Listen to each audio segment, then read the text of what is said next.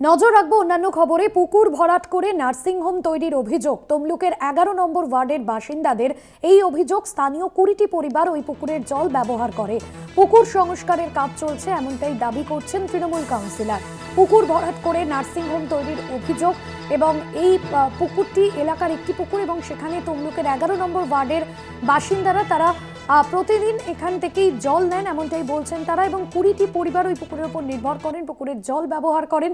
যদিও তৃণমূল কাউন্সিলর জানাচ্ছেন যে এই পুকুরটি সংস্কারের কাজ চলছে এমনটাই দাবি করছেন তৃণমূল কাউন্সিলর। সৌম্যজিৎ চট্টোপাধ্যায় রয়েছেন ফোন লাইনে। সৌম্যজিৎ, সেক্ষেত্রে কি স্থানীয় বাসিন্দাদের জন্য বিকল্প ব্যবস্থা করা হয়েছে, কি জানা যাচ্ছে? দেখো, যে অভিযোগ ছিল তমলুকের 1 নম্বর ওয়ার্ডে পুকুর ভরাট নার্সিংহোম তৈরির পরিকল্পনা চলছিল এমনটাই অভিযোগ করছিলেন স্থানীয় বাসিন্দারা, এবং 20টির বেশি পরিবার ওই পুকুর জল ব্যবহার করতেন। সেক্ষেত্রে ইতিমধ্যে কিন্তু পুকুরের জলটা করা হয়েছে এবং অভিযোগ পুলিশ কিন্তু ইতিমধ্যেই ওই পুকুর ভরাটের কাজ বন্ধ রেখেছেন।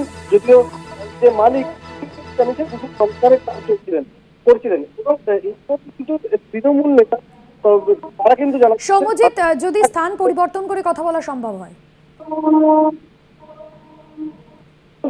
যেটা জানাচ্ছিলাম যে তমলুকের বেশ কিছু তৃণমূল নেতা তারা জানাচ্ছিলেন যে শাসক দলের একাংশের মদতেই কিন্তু এই রকম পুকুর ভরাটের কাজ চলছিল এবং সেখানে যত্র তমলুকে নার্সিংহোম গড়ে উঠছে সেটা কিন্তু শাসক দলের একাংশের মদতেই। যে সমস্ত পরিবার ওই পুকুরের জল ব্যবহার করছে তারা কিন্তু এখন বিপাকে পড়েছে, যেহেতু জল শুকিয়ে গিয়েছে, এবং তমলুকের যে পৌরসভার চেয়ারম্যান তিনি কিন্তু ব্যাপারটি খতিয়ে দেখবেন বলে জানিয়েছেন। ধন্যবাদ সৌম্যজিৎ। সৌম্যজিৎ চট্টোপাধ্যায় প্রতিনিধি ছিলেন ফোন লাইনে।